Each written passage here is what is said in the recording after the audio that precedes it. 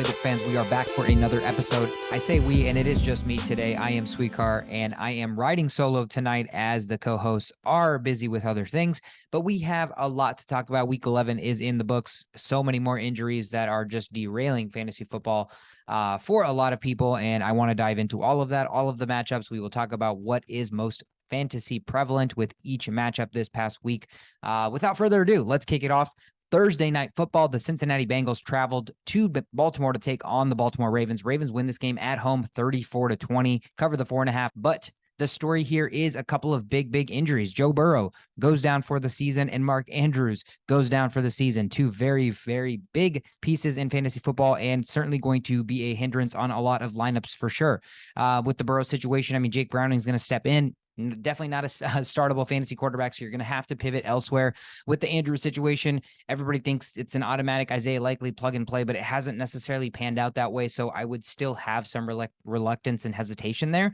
I think, if anything, a team that is leaning heavily on the run, Gus's value stays where it's at, if not elevates a little bit more, knowing that, you don't have that same safety blanket in Mark Andrews. Maybe you will rely on the run a little bit more. And the best pass catcher has to be Zay Flowers, with OBJ also being injured now, and he is questionable to play next week. Zay Flowers, who has had the connection with Lamar Jackson already this year, I expect that to continue just kind of out of necessity now. So like I mentioned, Gus Bus keeps chugging, 2 more touchdowns for him. That is nothing new.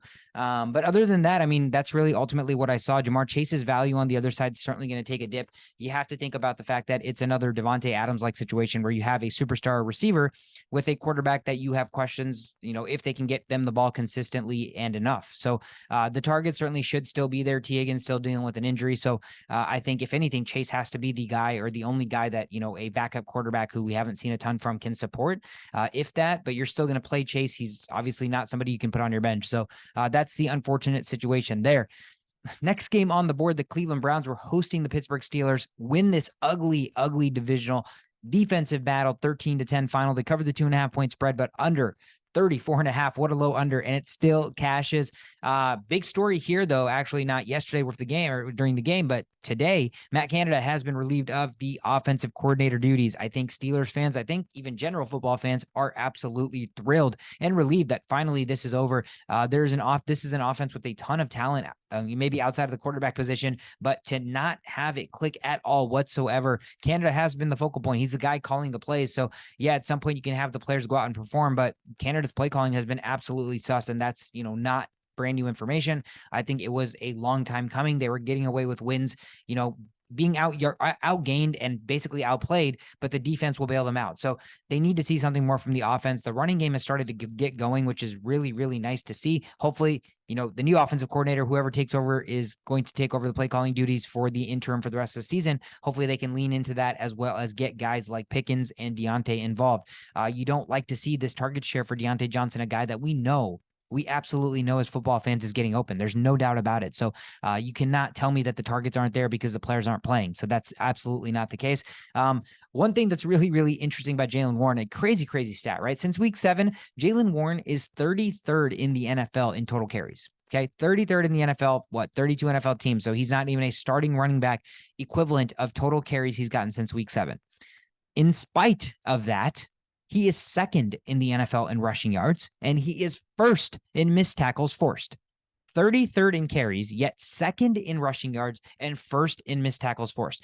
That is an anomaly. That is an absolute anomaly, but it's an anomaly that can't be ignored. We know he's got the talent. We saw the 40-yard touchdown run on display. He has the speed. He's got everything that Najee Warren doesn't, and it's not just the baseline stats. You look at the advanced metrics, and they all support Jaylen Warren. So I think this has to be some changing of the guard. There has to be something different here. You can get both guys involved, but Jaylen Warren has proven that he deserves to get the ball as much, if not absolutely a little bit more than Najee Harris has gotten. So that is definitely something to monitor. He's been incredible. New offensive coordinator, somebody else calling the play calling for the rest of the season. Hopefully they rely on the players that are talented, the Deontays, the Pickens, the Warrens. On the Brown side, I mean, real quickly, David Njoku surging hard. With DTR under the helm, they did recently sign Joe Flacco, so I don't know who's going to start for them, but DTR's got a nice connection with Njoku. Njoku, the last 5 weeks, has seen 9, 8, 6, 9, and 15 targets. Next 5 games against Denver, who is last against tight ends, the Rams, the Jaguars, the Bears, and the Texans, all teams that you can throw the football on. And a backup quarterback, again, a rookie quarterback, is going to find their safety blanket. It is a cliche because it's true. So David Njoku all of a sudden comes into this situation where, you had a Mark Andrews go down. There have been underwhelming performances from, Laporta's and things like that. So keep in mind that, this guy has been proven to be consistent. He's been around the block. And right now, the DTR is leaning heavily on him, and I could see a world where Flacco does as well. Next game on the board, the NFC North had a divisional matchup, the Bears at the Lions. What a great game this was for the Bears up until the very end of the game. The Lions win this game 31-26. Bears cover the 7.5-point dog spread over 47.5 cashes. Bears were winning this game the entire game. It looked like they should have won this game. Fourth quarter, I'm pretty sure they were up by 2 scores, and the Lions came back and won this game because the Bears just Bears. The good news on the fantasy side for the Bears is Justin Fields is all the way back, 20-plus point performance and 104 yards rushing on the ground. So that is what you like to see. That is where he's going to make his money. With Justin Fields comes DJ Moore. DJ Moore is only valuable when Justin Fields is there. 7 catches, 96 yards, and a touchdown. You'd love to see that. On the other side, actually, one more thing on the Bears side, Khalil Herbert was back. He got the bulk share of the carries, 16 carries, but completely inefficient. Foreman went down with an injury. This is Herbert's backfield again. Roshan's just a complimentary piece, so not an efficient day, but with Fields back and Fields' nature to run and that threat, it has to and it will open up holes for Herbert, makes himself one more time fantasy relevant until the rest of the season. If you look at the Lions side, it's always the talk of the town is the Monty versus the Gibbs usage. It's 12 for 76 and a score for Monty, 8 for 36 and a score for Gibbs. Advantage Monty, 2 for 22 through the air for Monty and 6 for 59 through the air for Gibbs. Advantage Gibbs. But this is exactly how we expected it to play out, and this is exactly how it's going to play out the rest of the year. Monty will get more carries. Gibbs will get more catches. Touchdown dependency, I think, in my opinion, Monty is going to get more goal line work, although Gibbs will get some goal line work as well, but I still give that advantage to Montgomery. So Gibbs is going to have to score from outside of, the red zone area, certain, home run threat, which he certainly has and he's certainly capable of doing. The Green Bay Packers at home hosted the LA Chargers, win this game 23-20 final, covered the 2.5-point dog spread under 44.5 cashes. On the Chargers side, Austin Eckler, a very, very underwhelming day, 6 fantasy points, 10 carries, 64 yards on the ground, only 2 catches for 6 yards. You don't like to see that, especially because Justin Herbert had himself quite the opposite day, 260 through the air, 2 touchdowns, 8 carries and 73 rushing yards, which is, I'm pretty sure, a career high for Herbert. That was awesome to see, especially as a fantasy owner. Nice to see him use the legs. He's more than capable. And he was not happy with Quentin Johnston on that blatant touchdown drop. Could have been the game-winning touchdown. It's incredible, how big of a bust it seems like Quentin Johnston already is. We knew his limitations coming into the season, but it doesn't seem like he's, honed in on any of that, at least up until now. Maybe sometimes, kick him down, he's going to come right back up, but right now it's not looking good for him. Keenan Allen also had a really, really big drop. I know Herbert was unhappy, not just about QJ, but about just the lack of drops or the lack of catchability for the receivers. But Keenan Allen still had big play, 10 for 116 and a touchdown. So still really, really great stat line for a fantasy point perspective. But Jordan Love on the other side, lots of highs. When he's high, he looks really, really good, but it's so weird because it's so erratic and sometimes it looks really, really low. It's deceiving and it's confusing. I really don't know what to make of it. I think when you see the highs with Jordan Love, it really leads you to believe that he can be the quarterback of the future. But then you see the lack of consistency and you're like, again, consistency is the name of the game. Even if you're average, if you're averagely consistent, that's going to outplay a guy who has the highs of Jordan Love, but also has the lows that Jordan Love is displaying right now. So if you can, harness that in and get a little bit more consistency going, it's not too shabby. He had, again, a pretty good day. Despite the fact that, we look at the Packers as a whole and we think there is a lack of talent there. But the running back situation, Aaron Jones went down with an injury. It does look like he's going to miss some time.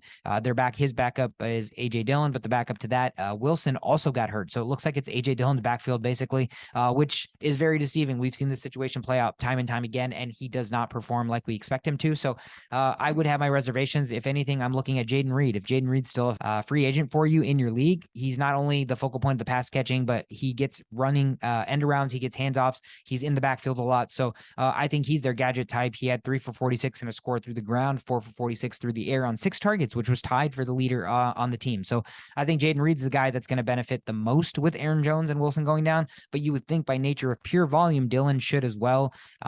It's a situation that I personally have fell victim to before. I know other people have as well. So I can totally understand it if you want to avoid it. Although, again, in this time where, running backs are so valuable, you have a guy that's basically the only running back on this team, like by nature of process of elimination. And again, just volume and touches and carries alone, he should be valuable. So I don't know. It's a really interesting situation, as has AJ Dillon's career been up until this point.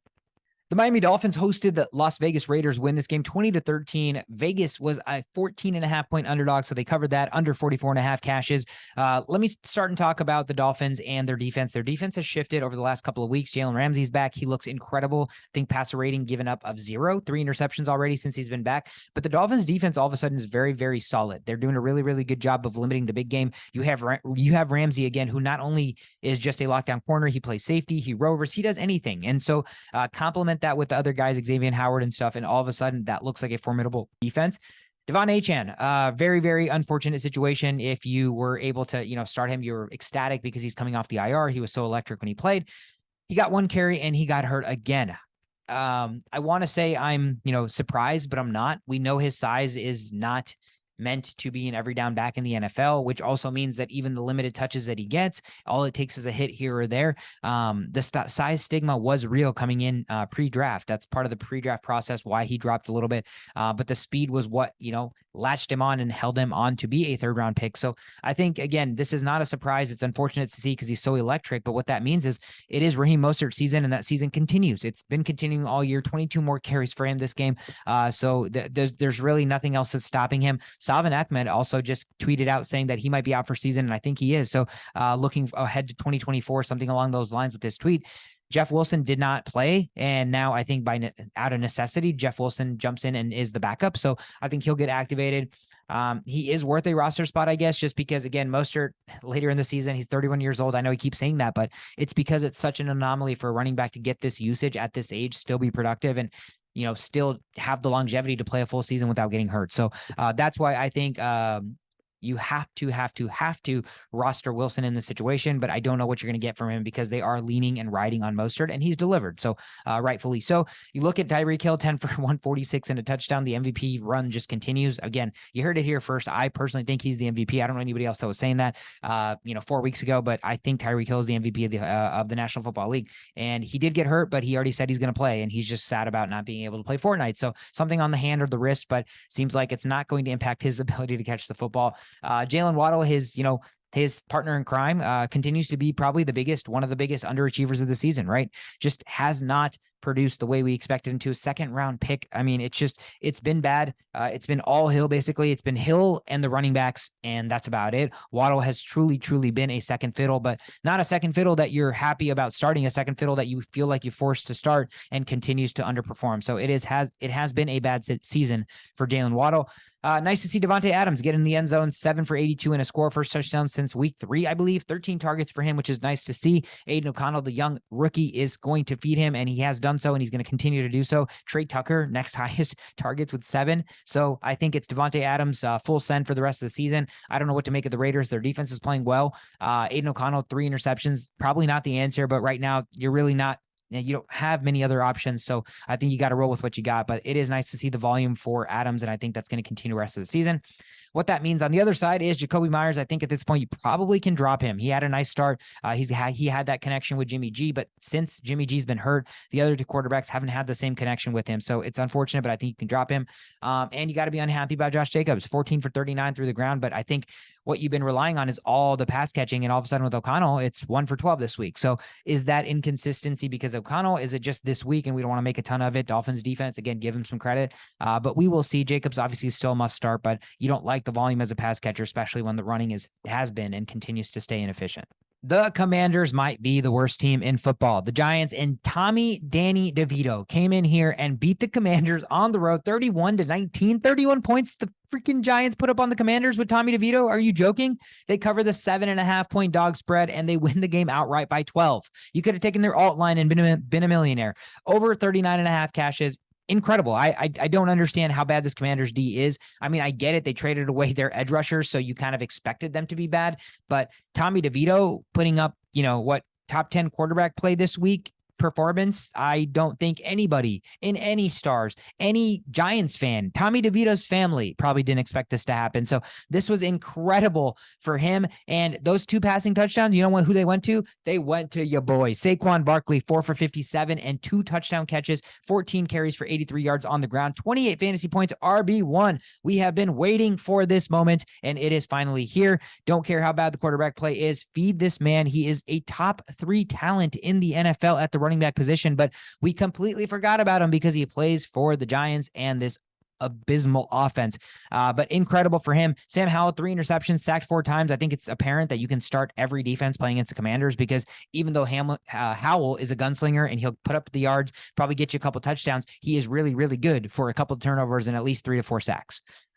B-Rob, 9 targets. I don't know where this came from, where Brian Robinson all of a sudden became like a pass-catching savant for the Commanders. Gibson was hurt, but still, you could have still probably used Rodriguez. But Robinson, again, 9 targets, led the team. Dink and dunk Sam Howell. I don't know what this is, but it's continued and it's been consistent. So if you're a Robinson owner, you love it. You continue to deploy him. 11 different pass catchers for the Commanders saw a target. So, it's bad for Terry McLaurin. It's bad for Jahan Dotson, but it's good. It's really, really good for Brian Robinson.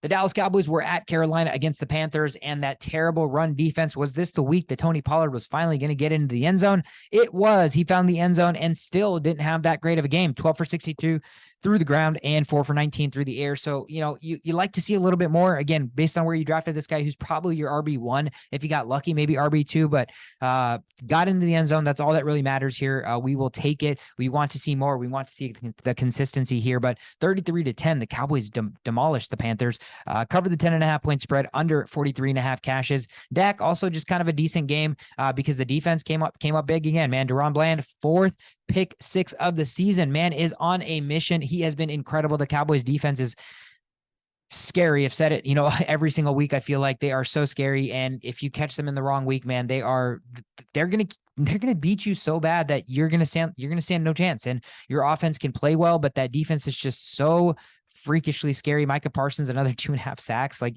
just becoming the norm. We're just brushing over 2.5 sacks in a single game by a player. But Panther side, consolation prize, Adam Thielen, 8 for 74, still solid, still start him. That's about it, though. Actually, I take that back. One more thing I wanted to mention on that game. Miles Sanders. We talked about it. Chuba Hubbard was a starter, was getting the bulk share. Sanders was struggling. At some point, I felt like because of the talent, because of the money, actually. The money assigned to Sanders, this was good. They were going to be forced to continue to use him and hope that he gets better. And this week, we saw 50% split share. So definitely something to monitor. Hubbard's no longer the focal point of that offense or the running game. It is a 50-50 share, and I wouldn't be surprised if as the season ends, Sanders is 65-35 at some point. The Jacksonville Jaguars had a fantastic offensive performance. Trevor Lawrence, maybe one of his best performances as a pro. They beat the Titans at home 34-14, covered the 6.5-point spread over 40.5 cashes.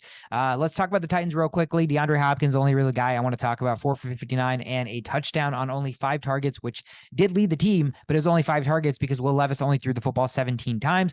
They got dominated. They got dominated by time of possession, only 2 of 7 on third down, so they could not sustain drives, and that was it. That was the reason why this was a blowout, and this was the reason why Hopkins only saw 5 targets, but you were lucky he got in the end zone and had a great day, so you'll take that. Trevor Lawrence, I mentioned it. Best fantasy game as a pro, 32.18 fantasy points. He was quarterback 1 on the week, 2 passing touchdowns, 2 rushing touchdowns, both passing touchdowns to Calvin Ridley. Calvin Ridley, 7 for 103 and 2 scores on 9 targets, which led the team. Some weird correlation between every week that Zay Jones is active and plays, Calvin Ridley has a good fantasy day. So I don't know why. I don't know if he needs somebody on the outside taking attention away since Kirk lines up in the slot. Maybe that helps, but that is one thing to keep an eye out for. Zay Jones is back. He is currently healthy. So is this what we expect to see when the Jags are clicking? Lawrence is clicking. They have one of their best offensive performances. The guy that is the reason why that happens is Calvin Ridley. Hopefully that can go hand in hand. And if you're a Ridley owner, you get to see more of it throughout the rest of the season. Travis Etienne, though, if you're a Travis Etienne owner and he got none of those touchdowns and didn't have that great of a game, you're not too content about it. But again, he's good enough to where he gets enough pass catching work and enough volume to where every week he's not ever going to really ruin your fantasy lineups. The Houston Texans and CJ Stroud, the story of the season, and that story continues. 21-16 victory in Houston against the Arizona Cardinals, who came into town. Kyler Murray and gang. They cover the 5.5-point dog spread, though, under 48.5 cashes.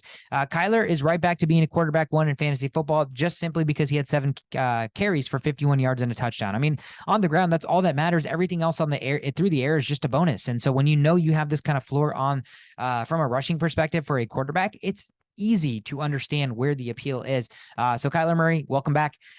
Greg Torch was the leading target getter, though. Weird game. 8 targets, 6 for 76 through the air. I don't make too much of it because McBride still had 7 targets, 5 for 43. He's been consistent. He's a start. The one guy that was disappointing this week was Hollywood Brown, 2 for 18 on only 5 targets. Not great, but it is just 1 week. You got to take a look at the Houston Texans defense, and I know they haven't been great, but they do still have some pieces, some young guys on the outside there. So definitely something to still think about. But CJ Stroud, 3 interceptions, and I personally still felt like he had a great game. I know he made mistakes. He's a rookie. We expect those mistakes to come. He just hasn't made enough of those where now the expectation has slowly become he is really good, and he is really good, but he is still young. So those mistakes will come. They will happen. Don't worry about it. You see the good, you see the highs, and my goodness, those highs are as high as any other quarterback in the NFL. So that's what you latch onto, and it's way more consistent than the other guys we talk about that have some highs like Zach Wilson. So not the same thing at all. But Singletary on the running game still deserves so much kudos, and he absolutely should be the starter. I think Pierce will be back next week, but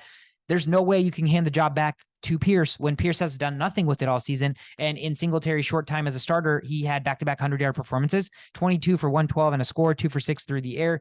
Just another fantastic day. And shout out to Tank Nathaniel Dell, man. This guy is electric. 8 for 4, 149 and a touchdown through the air. He gets open all the time. He's got this chemistry with Stroud. That touchdown to him when Stroud had to break pocket and get out of contain and scramble out. The minute he started doing that, Tank Dell immediately pivoted his route to head straight and come towards Stroud, towards the end zone. And that's what you need, man. That's chemistry that can't be taught. They've already built that. He is the wide receiver 1 on this offense, even though Nico Collins got 6 or 7 for 65, which you'll take, but it is Tank Dell as wide receiver 1 in this offense. Let's not kid ourselves. Dalton Schultz still relevant, 2 for 32, but found the end zone. So makes it a good day for all of those pass catchers for the Texans. The San Francisco 49ers at home against the Tampa Bay Buccaneers, and Brock Purdy does what? A perfect passer rating, 158.3. Hadn't been done since Joe Mofo Montana, man. Purdy was excellent. 333 through the air and 3 touchdown passes. And these weren't gimmies. That dot to Brandon Ayuk, who had 5 for 156 and a score, was one of the best throws I've seen all season. Breadbasket type stuff, man. That was an incredible throw. CMC, what do you need to talk about? He's always good. 21 carries, only 78 yards, but 5 catches, only 25 yards, but touchdown. That's all he does. He gets touchdowns. So 8 for 89 and a touchdown for Kittle. We talked about this 4 or 5 weeks ago, and we broke down the San Francisco 49ers. And the reality is there's very few weeks where all of their skill position players are going to have good fantasy days. A lot of times one of them will be the odd man out on any given week. And then if one of those guys is hurt, then all of the rest of them have a good game. And that has checked out. We talked about CMC's numbers. We talked about Kittle's numbers. We talked about Ayuk's numbers. What happened? Debo was the odd man out. Still not an insanely bad game. 3 catches only, but 63 yards. You obviously want to see more. Didn't get a ton on the ground as well. So that's what happens. That's kind of the situation that is the San Francisco 49ers offense. And you just kind of have to take that. So what I like to take away from this as a Debo owner is there is going to be a week here coming soon where it's going to be Debo's day. And so getting the dub when Debo didn't have his day is just a way to feel good about the situation. On the other side for the Buccaneers, real quick, Rashad Shishot, just, you've been all over Rashad, and Rashad just continues to Rashad. 6 catches, another 6 catches. I don't care that he only got 28 yards. Another 6 catches by your running back, 9 carries, 30 yards, found the end zone on the ground. I mean, just keep on Chad, man. Keep on Chad. The Buffalo Bills at home playing the New York Jets, and a lot of interesting things to talk about in this game. 32-6, the Bills win easily. 8.5 points they cover easily, under 39.5 cashes. The story is that Zach Wilson has been benched. Zach Wilson is not quarterback 1. He's not even quarterback 2. He is on the depth chart now as quarterback 3. What's even crazier about the Jets situation is I'm a little dumbfounded about the fact that you waited so long to bench Zach Wilson. The fact that you had time while Zach Wilson was still even starting to come up with a contingent plan when you knew the writing was on the wall that this was not going to be something that, was going to be a turnaround and, oh my gosh, Zach Wilson's resurging. He's back to looking like the number 2 overall pick. No, I think that ship has sailed. I think that ship has long sailed. But in all that time after Rodgers got hurt, you had the opportunity to go out and get like a Josh Dobbs. Where would we be now? Go out and get anybody else that could be a competent backup, not Zach Wilson. And now Zach Wilson's hurt, and you know who's playing? Tim Boyle. Tim Boyle is going to be starting this week, and I don't really know what to make of that, but what I can tell you guys is if you get some time, just go look up Tim Boyle and go look up his stats in college, and then go look up his stats as a pro, and then somebody come back to me and tell me how on earth is this man a NFL quarterback? Yeah, no, I'm just sitting here silent. The podcast didn't cut out. I'm just baffled at how Tim Boyle is a starting quarterback now in the NFL right now. It doesn't even, I didn't have to throw starting quarterback, a quarterback in the NFL right now. I cannot believe this. He played, oh my gosh, he played at Division I at UConn, had 1 touchdown pass in like 3 seasons, transferred to D2, I believe, had 11 touchdowns and 13 interceptions. His NFL stats are horrific. I don't understand how this man has a job. He's been Aaron Rodgers' backup, I believe, for as long as we can remember. But it's incredible that this is the guy that is now seizing this opportunity with this Jets defense that's playing out of their mind, that are fighting for their lives. I know this wasn't the best performance, but I cannot believe that Saleh and this team, they were just continuing to do the Jets defense and the Jets fan base dirty as you can possibly do when you continue to trot out guys like this. There's no world where Tim Boyle is leading this team to a single victory. If they win, it's because of the defense, and the defense alone. Tim Boyle is not going to do anything. Breece Hall, 10 for 23 on the ground, disgraceful, but 5 for 50 and a touchdown through the air because he's really good. Just plays on a shit team. Garrett Wilson, though, not a great game. 2 catches, 9 yards, and a fumble. So unfortunate there, but I don't know how much better that situation gets with Tim Boyle, to be honest with you guys. It probably doesn't get much better. I didn't think I could say this, but it might actually get worse. So at least Zach Wilson could scramble somewhat and try to extend plays and find randos every once in a while. I don't know what Tim Boyle's going to do for you. I really don't. Please surprise me and shut me up, Tim Boyle. On the Buffalo Bills side, Josh Allen, great game, 275 through the air, 3 touchdowns, 5 carries, 15 yards. Completely happy with that. James Cook, awesome day, 17 carries, 73 yards, 3 catches, 29 yards, and a touchdown through the air. Dalton Kincaid continues to get volume. It's tight end. What are you going to do? 6 catches for 46 yards. You take the catches all day long. But Stephon Diggs, another not so great game. 4 catches, 27 yards, not good. They still blew out the Jets. So, I mean, not really much to be upset about. But, Diggs is the diva, and he's proven to be the diva. The proof is in the pudding. And there's no way, even though they won, 4 for 27 sits well with Stephon Diggs. Battle in the NFC West. You have the Seahawks at the LA Rams. Rams win this close game, 17-16 final. Seattle covers a 2.5-point underdog spread under 44.5 cashes. Another injury to talk about. Geno Smith got hurt. He did come back into the game, but it is something to monitor because it did not look that good. Kenneth Walker III also got hurt. So Zach Charbonnet has to be the number 1 waiver wire addition probably this week. Maybe not named Ty Chandler, but Zach Charbonnet, hopefully he's already rostered. Hopefully you had stashed him on your bench all year. I know that's hard to do, especially when you have shorter benches. But if you did, you're in a really, really good situation. If you didn't, and he's out there and you have the number 1 waiver pick, grab him now. Cooper Kupp also hurt his ankle. It is day-to-day is what McVay said. It's something to monitor. Puka Nacua also hurt his shoulder, but he did play the whole game. He was 5 for 70 and a touchdown, and I think he should be okay. If Kupp misses any more time, considering it's an ankle, I know it was a high ankle before, but it is still the same ankle. Then Puka goes back into a top 10 wide receiver, and Kyren Williams comes back this week. So that is another thing to keep in mind with the Rams. Kyren Williams comes back. They already waived and cut actually Darrell Henderson. So that means Kyren will be activated for sure, and he will be starting for sure, and he will get the bulk share for sure. So deploy. The matchup, not great, but volume, what are you going to do? You got to play him. DK Metcalf, only real bright spot on the other side, 5 for 94 and a touchdown. Good day for him.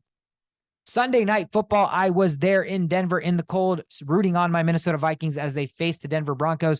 Unfortunate for me, 20-21 was the final. The Denver Broncos won a really close battle by 1 point. Minnesota covers the 2.5-point dog spread under 42.5 cashes. Let's talk about Josh Dobbs real quick. Continues to be a good story, continues to be a good fantasy option. He had 17 points, quarterback 14, not amazing, but also not shipwrecking you at all because his legs, 8 for 21 and a score through the ground, 221 through the air, 1 touchdown, 1 interception. Talk about the running game for the Vikings, probably the best game they've had running the football, but one of the costliest fumbles we've had all season. Alexander Madison fumbles, and I think there is a changing of guard here that's coming with Ty Chandler. He is much more of an explosive back. He is much more of a better pass catcher. He is not as good of a pass protector, but I think that's something that he's working on. He had a really good blitz pickup, and he had a couple of one where he got blown up. So he's going to have to work on that, but his running game is so much better than Madison's. I think it goes without question that I think we'll see at least 50-50, if not more, Chandler moving forward, and he has to be picked up for that fact alone. Hawkinson, 4 for 55 through the air. Addison, 3 for 44 through the air. Quiet day, good defenses all around. Denver's defense is not to be messed with. They're a really good team. And JJ, unfortunate for JJ owners, myself included, even Vikings fans, he may not be back against Chicago on Monday night here coming up. They still seem hesitant. The talk is still they want him to be 100%. JJ came out and said he's going to be the one that makes the decision ultimately on when he's ready to play. I think he needs to log full practices. Every practice has been limited, and I think he needs to log 1 or 2 full practices before he gets himself out there. So if we see that Thursday, Friday, or something like that, great. If we don't see that, again, I think there's a really big chance he doesn't play, gets the bye week to get a whole extra week of rest, and then he's ready to go following the bye week.